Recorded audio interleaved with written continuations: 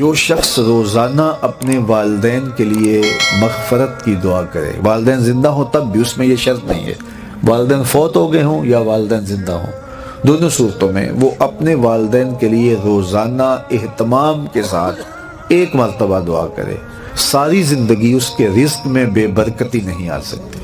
یہ اپنے والدین کے لیے دعا کرنے کا نتیجہ یہ ہے جو اولاد کو نصیب ہوتا ہے۔ تو دعاؤں کا تسلسل ہو، اور میں کہتا ہوں کہ اگر اولاد نیک ہوگی، اہتمام سے دعا نہ بھی مانگ سکی اور نمازی اولاد ہوگی تو دن میں کتنی مرتبہ کہے گی ربنا اغفر لی ولوالدی، اے اللہ مجھے بھی بخش دے، میرے ماں باپ کی بھی مغفرت فرما دے۔ تو نیک اور صالح اولاد والدین کے لیے مستقل سرمایہ ہے، اور قبر میں اس کا فائدہ ان کو پہنچتا ہے۔ اللہ کے محبوب صلی اللہ علیہ وآلہ وسلم ارشاد فرماتے ہیں جب ہم کسی شخص کو قبر میں دفن کر کے آتے ہیں تو اس کی حالت یہ ہوتی ہے جیسے کوئی شخص پانی میں غوطے کھا رہا ہو۔